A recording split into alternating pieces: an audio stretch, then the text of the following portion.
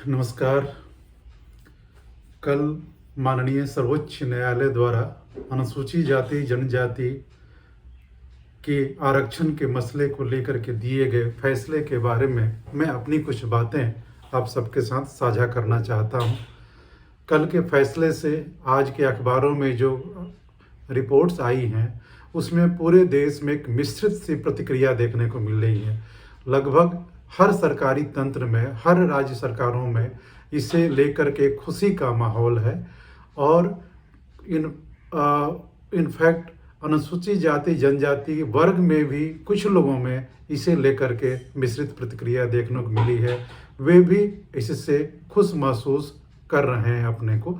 इसकी कई वजह हैं। अनुसूचित जाति के वर्गों के लोग जो खुशी जाहिर कर रहे हैं उनमें वो लोग हैं जिनको उम्मीद थी कि आरक्षण का लाभ लेकर के अनुसूचित जाति जनजाति वर्ग का जो तबका सरकारी नौकरियों में, राजनीति में और बाकी अन्य क्षेत्रों में आरक्षण का लाभ लेकर के जो आया है वह उस हद तक ईमानदार नहीं हो पाया। वहाँ पे वह अपने समाज का प्रतिनिधि के रूप में गया था। वहाँ से उससे उम्मीद की जाती थी कि उस सामाजिक प्रतिनिधित्व को और मजबूत करेगा, लेकिन उसमें से अधिकांश तबका जो उन जगहों पे गया आरक्षण का लाभ लेकर के, वह अपनी सामाजिक और संवैधानिक जिम्मेवारियों का पूरी तरह ईमानदारी से निर्वहन नहीं कर पाया। खास करके राजनीति के क्षेत्र में जो आरक्षित सीटों से चुन करके आने वाले जो राजनेता थे, उनको लेकर के दलित मध्य वर्ग में हमेशा ये शिकायत रही कि वे अपने अनुसूचित जाति के अधिकारों का ठीक से प्रतिनिधित्व नहीं कर पाए। यह उन शिकायत रही है।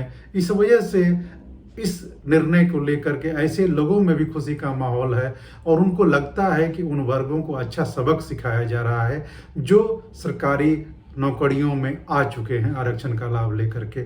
दूसरी तरफ एक ऐसा वर्ग है सामान्य वर्ग में आने वाला जिसको लगता है कि इस सरकारी नीतियों के कारण जो बहुत अधिक अवसर नहीं मिल पाए उनको, उनका अवसरों में नहीं मिल पाने की वजह भी ये आरक्षण रहा है। यह इन सब की अपनी वजहें हैं, लेकिन मैं माननीय सर्वोच्च न्यायालय के मुख्य न्यायाधीश जी की इस बात से सहमति जाहिर करते हुए, आंशिक सहमति जाहिर करते हुए अपनी बात को कहना चाहता हूँ। माननीय मुख्य न्यायाधीश जी ने कहा है कि आरक्षण की स्थिति उस सामान्य ट्रेन के सामान्य डिब्बे कोच की तरह होती है जिसमें जो पहले बैठ जाता है वो दूसरे आने वाले लोगों के लिए जगह नहीं देता या वहाँ दूसरे आने जाने वालों का विरोध करता है। मेरी आंशिक सहमति है माननीय सर्वोच्च न्यायालय के न्यायाधीश जी से। इसके जो मुख्य वजह है वह यह है कि हमारा भारतीय समाज पूरी तरह से सामंती मूल्यों से ही संचालित होता आया है। एक प्रमुख बुद्धिजीवी का मानना है कि जो भारत में जो लोकतंत्र है वह भारत का समाज लोकतांत्रिक नहीं है, बल्कि भारत में जो लोकतंत्र है वह पैराशूट की तरह आया है। वह पूरी तरीके से समाज लोकतांत्रिक नहीं है। इसीलिए इसमें अपेक्षा की जाती है कि समाज जब लोकतांत्रिक होता है तो अपने बीच के वर्गों के प्रति उसके मन में सहानुभूति होती है, उसको अपने सामाजिक प्रतिनिधित्व को वह स्वाभाविक रूप से लागू करता है। लेकिन समाज चूंकि लोकतांत्रिक नहीं है, इस वजह से वही स्थिति होती है कि जिसने पहले संसाधनों पे कब्जा कर लिया, ये न किन प्रकारेण अपनी वंश और जाति और धर्म और सत्ता में होने के कारण वह दूसरे को उसके साथ हिस्सेदारी नहीं करने देना चाहता। यह लोकतंत्र के लिए बहुत ही अशुभ संकेत है। भारतीय स्वाधीनता आंदोलन के बाद जब गणतंत्र की स्थापना हुई, संवैधानिक मूल्यों की स्थापना हुई, तो उसकी एक प्रमुख कड़ी के रूप में यह भी थी कि समाज में जो वंचित तबका था उसको भी शासन सत्ता में भागीदारी मिले। उस भागीदारी को सुनिश्चित करने के लिए आरक्षण की व्यवस्था की गई सरकारी क्षेत्रों में, ताकि उस आरक्षण के तहत उन जगहों पे भी लोगों का प्रतिनिधित्व मिले जहाँ पे उनका प्रतिनिधित्व नहीं था। और उसके बहुत सकारात्मक संकेत भी आए हैं। आरक्षण के कारण सदियों हजारों वर्षों से वंचना की शिकार रहने वाली जातियों में, समुदायों में एक समृद्धि आई, उनमें मध्य वर्ग विकसित हुआ, जो सदियों से गाँव में और अन्य जगहों पे उपेक्षा, वंचना, जाति के दंश का शिकार हो रहे थे, उनको भी मुख्य धारा में आंशिक रूप से शामिल होने में का मौका मिला। उन्होंने वहाँ पे आकर के वहाँ के माहौल को बदला, उस संस्थाओं को लोकतांत्रिक बनाया। जो सामंती जकरण में मौजूद थी संस्थाएं, वो शिक्षा के क्षेत्र, मीडिया के क्षेत्र, न्यायपालिका के क्षेत्र, राजनीति के क्षेत्र, जो सामंती मूल्यों से जकड़े हुए थे, उनको लोकतांत्रिक बनाने का प्रयास किया आरक्षण से आए हुए लोगों ने। तो यह एक भारतीय गणराज्य के लिए शुभ संकेत था और वो बेहतर, धीरे धीरे वो बेहतरी की तरफ बढ़ रहा था। लेकिन कल के इस फैसले से वह जो प्रगति थी, वह सामाजिक समावेशीकरण हो रहा था, जो समाज में समरसता का माहौल धीरे धीरे बन रहा था, उसको कहीं ना कहीं ठेस पहुंचेगी, कहीं ना कहीं उसको भी निराशा होगी। भारतीय लोकतंत्र में या लोकतांत्रिक व्यवस्था की एक खासियत होती है कि वह सामंती मूल्यों से संचालित नहीं होता, वह इमोशनल चीज़ों से, भावात्मक मुद्दों से संचालित नहीं होता, बल्कि वो तर्क पे संचालित होता है, जो तथ्यों पे संचालित होता है। माननीय सर्वोच्च न्यायालय के फैसले में कुछ तर्कों की बात की गई है। हम पूरी तरह से, हमारा सम्मान है भारतीय न्यायपालिका के प्रति, क्योंकि कहीं ना कहीं वह लोकतंत्र के स्तंभ हैं, जहां बाकी जगहों से जब उनको नाउमीदी मिलती है तो वो इस स्तंभ के पास आते हैं। माननीय सर्वोच्च न्यायालय ने कुछ तर्क दिए हैं, उन तर्कों पे मैं बात करना चाहूँगा। जैसे कि माननीय सर्वोच्च न्यायालय के फैसले में एक तर्क है कि इस अनुसूचित जाति जनजातियों के बीच भी भेदभाव होता है। मैं पूरी तरह से इस बात से सहमत हूँ कि अनुसूचित जाति जनजातियों के बीच भी भेदभाव होता है। इसकी सबसे बड़ी मानगी यह है कि जहाँ भी अनुसूचित जाति जनजातियों के जो छात्रावास बने हुए हैं, या जहाँ भी उनके लिए जो चीज़ें बनी हुई है, वहाँ पे भी उन परस्पर जातियों के बीच में, अनुसूचित जाति जनजाति के बीच आने वाली जातियों में के बीच में भी परस्पर भेदभाव बहुत रहता है। उनमें भी सब कास्ट को लेकर के भेदभाव रहता है। इसको मैं ईमानदारी से स्वीकार करता हूँ। यह भारतीय समाज की एक कड़वी विडंबना है। लेकिन इसके लिए आप देखें कि इसके लिए क्या जिम्मेवार जो है वो अनुसूचित जाति जनजाति का आरक्षण है? कतई नहीं। इसके लिए जो जिम्मेवार है, मैंने शुरू में कहा था कि भारतीय समाज की सामंती व्यवस्था जिम्मेवार है, जो उस संरचना में, उस भारतीय समाज की संरचना में हर जाति का एक अपना पेशा है। उस पेशे के साथ कुछ पवित्रता और कुछ अपवित्रता के मानदंड जुड़े हुए हैं। उस पेशे के साथ एक हायरार्की भी जुड़ी हुई है, एक श्रेष्ठता भी जुड़ी हुई है। हर जाति से श्रेष्ठ एक जाति है और हर जाति से निम्नतर एक जाति है। यह भारतीय समाज की सामाजिक जातिगत संरचना के कारण यह सभी जातियों में व्याप्त है। समाज की जो तथाकथित ऊंची जातियां हैं, उनमें यह भेद कम है, लेकिन भेद मौजूद है वहाँ भी। और जो वंचित जातियां हैं, जो 6000-7000 जातियों में बटी हुई जातियां हैं, उनको एक साजिश के तहत इस भेद को बढ़ाने में बड़ी भूमिका निभाई है भारतीय समाज के कर्णधारों ने। यह भेद बना रहे, यह मजबूत बना रहे, इस वजह से, क्योंकि सत्ता को इससे बहुत सहूलियत होती है। आम जनता में जितना भी विभेद होता है, जनता में जितना भी बंटवारा होता है, सत्ता के लिए उतना ही मुफीद होता है। तो इस वर्गीकरण में, इस बंटवारे में भी सत्ता के लिए, चाहे सत्ता किसी की भी हो, किसी भी पार्टी की हो, मैं इस मामले को लेकर के किसी खास राजनीतिक दल को दोषी नहीं देना चाहता हूं, क्योंकि आज अखबारों में जो प्रतिक्रिया आई है उसमें कई दलों के सरकारों ने इससे लेकर के खुशी जताई है और यह दावा किया है कि सबसे पहले इसको लागू करने के लिए हम आगे आएंगे। तो जो सत्ता तंत्र है, जो सत्ता की संरचना है, वह किसी पार्टी विशेष में नहीं है। उसका एक अलग संस्कार होता है। वह किसी भी व्यक्ति में हो सकती है, किसी भी समाज में हो सकती है, किसी भी पार्टी में हो सकती है। उस सत्ता तंत्र को मजबूत करने में कल के इस फैसले ने बहुत मदद की है।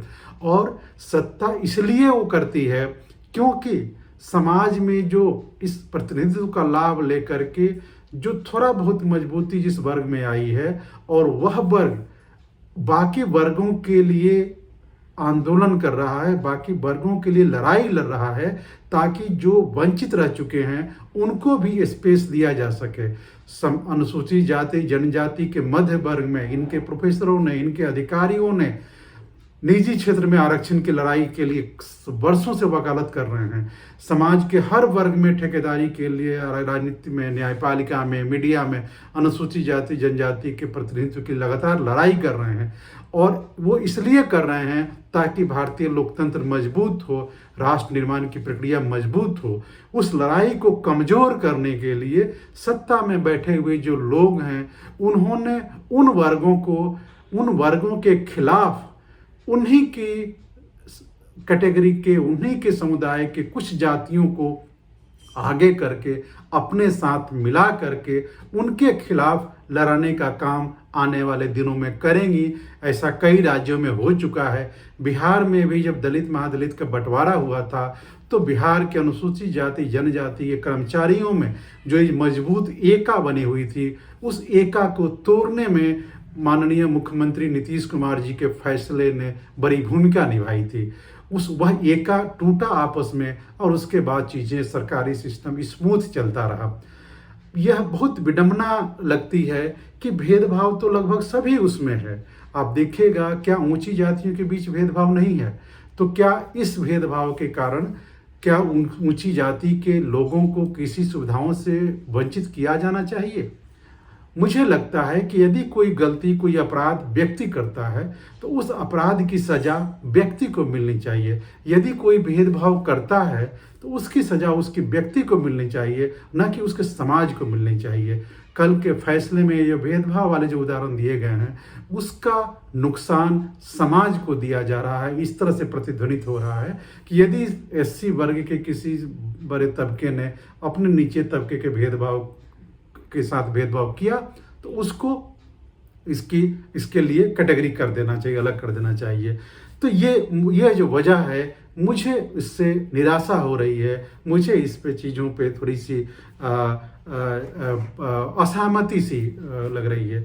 एक और बहुत महत्वपूर्ण बात कल के निर्णय में आई है।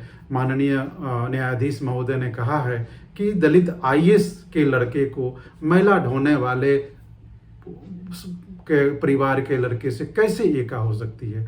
एकदम मैं इस बात से सहमत हूँ।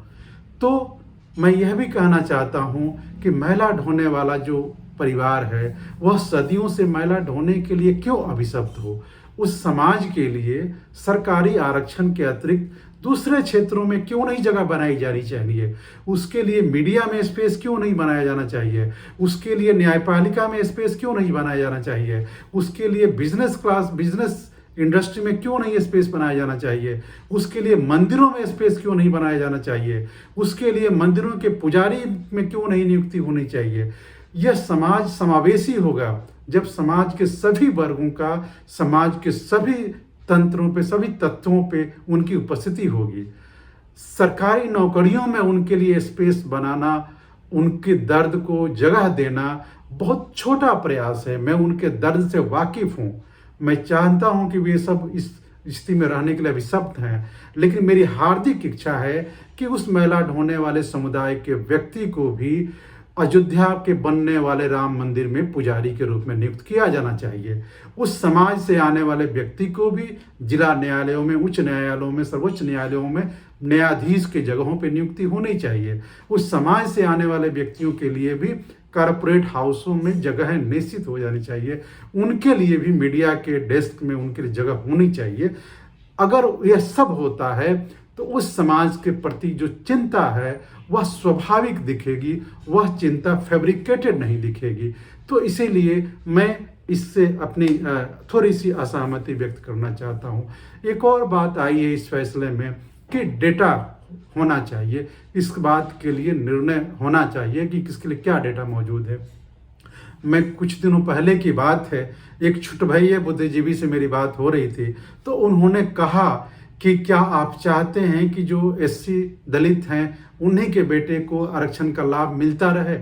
मैंने उनसे कहा कि 30 करोड़ की अनुसूचित जाति जनजाति की आबादी है। इस 30 करोड़ की आबादी में आप 30 नाम ऐसे बता दीजिए जिनके पिता भी आईएएस हों और बेटा भी आईएएस हो। 30 नाम ऐसे बता दीजिए जिनके पिता भी प्रोफेसर हों यूनिवर्सिटी में, उनका बेटा भी यूनिवर्सिटी में प्रोफेसर हो। 30 नाम ऐसे बता दीजिए जिनके पिता भी जज हों, उनके बेटे भी जज हों। 30 नाम ऐसे बता दीजिए जो उनके पिता भी वरिष्ठ पत्रकार हों और वो भी वरिष्ठ पत्रकार हों। 30 नाम ऐसे बता दीजिए जो उनके पिता भी अरबपति हों और वो भी अरबपति हों। जाहिर सी बात है वे नहीं बता पाए। यह सवाल आज मैं सभ्य समाज के सामने भी रखना चाहता हूं कि क्या यह स्थिति है, क्या ऐसी संख्या में है। दूसरी बात मैं कहना चाहता हूं कि यदि दलित आईएएस का बेटा आईएएस नहीं बन सकता, दलित ओबीसी का बेटा ओबीसी आईएएस का बेटा आईएएस नहीं बन सकता, तो सामान्य वर्ग के आईएएस का बेटा सामान्य वर्ग में आईएएस क्यों बनेगा? सामान्य वर्ग का जज का बेटा सामान्य वर्ग में जज क्यों बनेगा? सामान्य वर्ग में पत्रकार का बेटा सामान्य वर्ग में पत्रकार क्यों बनेगा? सामान्य वर्ग के व्यवसायी का बेटा सामान्य वर्ग में व्यवसायी क्यों बनेगा? उसको भी इससे वंचित किया जाना चाहिए। अगर हम समानता के अधिकार की बात करते हैं तो ये अपेक्षा होती है कि वही नियम सब पे लागू होना चाहिए। सामंती व्यवस्था में यह था कि अपराध करने वाले को जाति के आधार पर दंड दिया जाता था। यदि समाज के ऊंचे तबके का है तो उसके लिए दंड का विधान अलग था, और समाज के निचले तबके का है तो उसके लिए दंड का विधान अलग था। भारतीय सामाजिक व्यवस्था में दंड का विधान जब एक किया गया है तो अवसर के विधान भी एक किए जाने चाहिए। अगर जज हैं तो उनके बेटे को जज नहीं बनाया जाना चाहिए यदि वो सामान्य वर्ग से आते हैं। अगर यह नियम अनुसूचित जाति जनजाति के लिए है तो यह ओबीसी के लिए है, तो यह नियम सामान्य वर्ग पे भी लगना चाहिए। यदि सामान्य वर्ग में किसी के पिता प्रोफेसर हैं तो उनके बेटे को प्रोफेसर नहीं बनाया जाना चाहिए। यदि उनके पिता आईएएस हैं तो उनको आईएएस नहीं बनाया जाना चाहिए। उनके पिता पत्रकार हैं तो उनको पत्रकार नहीं बनाया जाना चाहिए, क्योंकि यह उनका हिस्सा उन्हीं के इस वर्ग के, उन्हीं के समुदाय के दूसरे व्यक्ति को दिया जाना चाहिए। इस तर्क के आधार पे, जिस आधार पे अनुसूचित जाति जनजातियों का वर्गीकरण किया जा रहा है, मैं इससे सहमत हूं। मैं इस निर्णय का विस्तार करने की अपेक्षा करता हूं जो कि अनुसूचित जाति जनजाति और अन्य पिछड़ा वर्ग के लिए है, वह सामान्य वर्ग के ऊपर भी लागू होना चाहिए, और उस निर्णय के प्रति मेरी सहमति होगी और तब यह निर्णय विवेकपूर्ण निर्णय साबित होगा, ऐसा मुझे लगता है। दूसरी बात एक और मैं कहना चाहूँगा कि यह जो विभेदपूर्ण नीति रही है, यह जो सामंती मूल्यों की नीति रही है, आज़ादी से पहले की जो नीति रही है, आज़ादी के बाद उन मूल्यों को उन सामंती मूल्यों को कमजोर करने की और लोकतांत्रिक मूल्यों को मजबूत करने की कोशिशें की गई है। संवैधानिक संरचना में, सामंती संरचना में कुछ खास वर्गों की ही इजारादारी होती है, लेकिन संवैधानिक संरचना में उस देश के उस संविधान का पालन करने वाले सभी लोगों में उसकी समानुपातिक भागीदारी होनी चाहिए। तो मेरा यह मानना है कि उन वर्गों के प्रति जो किसी तरीके से हाशिए पे हैं, वो पूरी तरह से इस मुख्य धारा में शामिल नहीं हो पाए हैं, उनके लिए सैकड़ों अवसर सृजित किए जाने चाहिए। सिर्फ सरकारी क्षेत्रों में नहीं बल्कि गैर सरकारी क्षेत्रों में भी, बहुत निजी क्षेत्रों में भी इस तरह के लाखों अवसर सृजित किए जाने चाहिए, तभी उनके साथ इंसाफ हो सकेगा। आज स्थितियां ये हैं कि सरकारी क्षेत्र लगातार सिकुड़ रहा है, सरकारी कंपनियां, सरकारी पीएसयू बेचे जा रहे हैं, उनमें आरक्षण की हत्या की जा रही है, संवैधानिक प्रतिनिधित्व की हत्या की जा रही है, उनको उनके मनमालिकों, उनके मालिकों पे छोड़ दिया जा रहा है कि वो अपने तरीके से उसका निर्णय करें, जबकि उस संसाधनों की निर्मित में इस देश के सभी वर्गों की भूमिका रही है। अगर इस देश के तिरंगे में सभी लोग अपना रंग महसूस करते हैं, संविधान तिरंगे में जो तीलियां हैं सब लोग उसके साथ अपनी आत्मीयता जाहिर करते हैं, तो जब इस देश के प्रति सबकी निष्ठा है, इस देश की संवैधानिक संस्थाओं के प्रति सबकी निष्ठा है, तो इस देश की सामाजिक संवैधानिक संरचनाओं में भी सबकी भागीदारी होनी चाहिए। मुझे लगता है कि जो भी एक विवेकपूर्ण निर्णय लेने वाला समाज है, जो सभ्य समाज है, जो व्यवस्था है, उस व्यवस्था को यह निर्णय लेना चाहिए कि सभी वर्गों में समानुपातिक भागीदारी सुनिश्चित हो। और इसका सबसे बड़ा फायदा होगा कि जिस भी तंत्र में समानुपातिक भागीदारी सुनिश्चित होगी, डाइवर्सिटी सुनिश्चित होगी, वह तंत्र और लोकतांत्रिक होगा और मजबूत होगा। वहाँ पे विभेद की स्थितियाँ नहीं होगी, वहाँ पे मानव मानव के प्रति प्रेम बढ़ेगा, वहाँ पे मानव मानव के प्रति वैमनस्यता और ऊंच नीच और पूर्वाग्रह की धारणा नहीं बनेगी। और इसके साथ ही साथ एक और मैं कहना चाहूँगा कि बहुत सारे लोगों के मन में यह विचार रहता है, वो अपने साथ उनके मन में सामंती मूल्य बचे रहते हैं। उन्हें लगता है कि जो समाज में सदियों से निचले पायदान पर रहने वाली जो जातियां हैं, आज किसी वजह से उनके साथ बैठ रही हैं, उनसे बातचीत कर रही हैं, उनके साथ तर्क कर रही हैं, उनके गलत कामों का विरोध कर रही हैं, तो इससे उनके सामंती मूल्यों को ठेस पहुंचती है। इस वजह से वे चाहते हैं कि उनके साथ तर्क करने वाले लोग, उनके साथ बहस करने वाले लोग, उनके गलत काम का विरोध करने वाले लोग उनके पास नहीं बैठें, उनके नज़दीक नहीं बैठें, उनके गलत कामों का विरोध नहीं करें। इस वजह से वे अनुसूचित जातियों में भी, अनुसूचित जनजातियों में भी मोहरे के तौर पे ऐसे कुछ चेहरे तैयार कर लेते हैं, ऐसे कुछ व्यक्तियों को अपने साथ रखते हैं जो वैचारिक चेतना से कमज़ोर हैं, जिनमें सामाजिक प्रतिबद्धता नहीं है।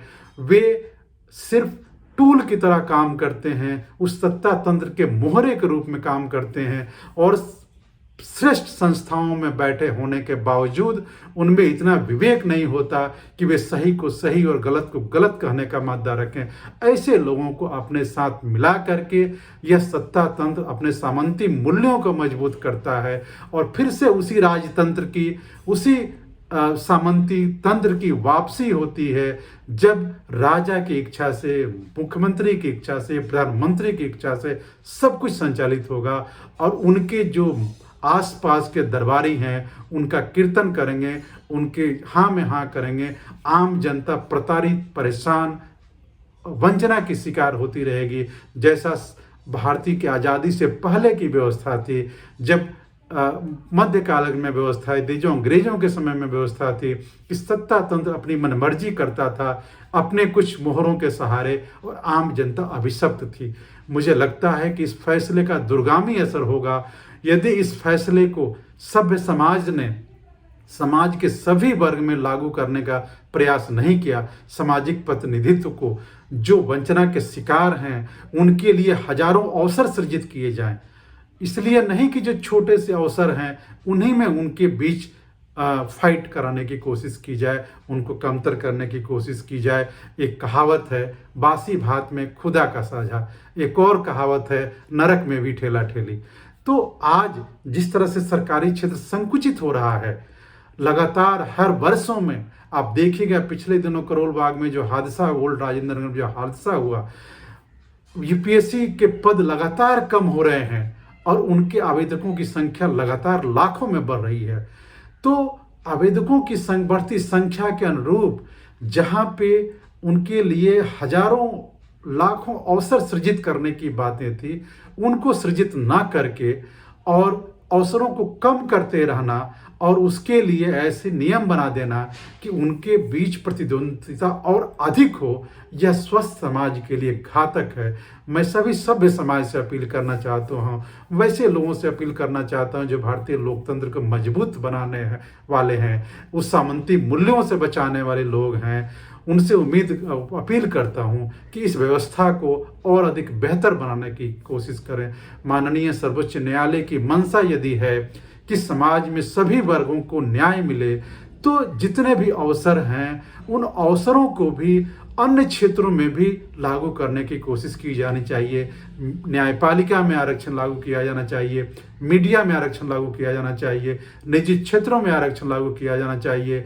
जो प्राइवेट सेक्टर, जो आउटसोर्सिंग द्वारा किए जा रहे सारे काम हैं, उसमें आरक्षण लागू किया जाना चाहिए। और यह बात ध्यान रखनी चाहिए, आरक्षण अयोग्यता का पर्याय नहीं है, आरक्षण प्रतिनिधित्व का पर्याय है। यह भारतीय लोकतंत्र को मजबूत करता है, ये भारत की राष्ट्रीय एकता को मजबूत करता है, ये भारत की राष्ट्र निर्माण की प्रक्रिया को मजबूत करता है, ये भारत के नागरिकों में भारत के प्रति और विश्वास को बढ़ाता है।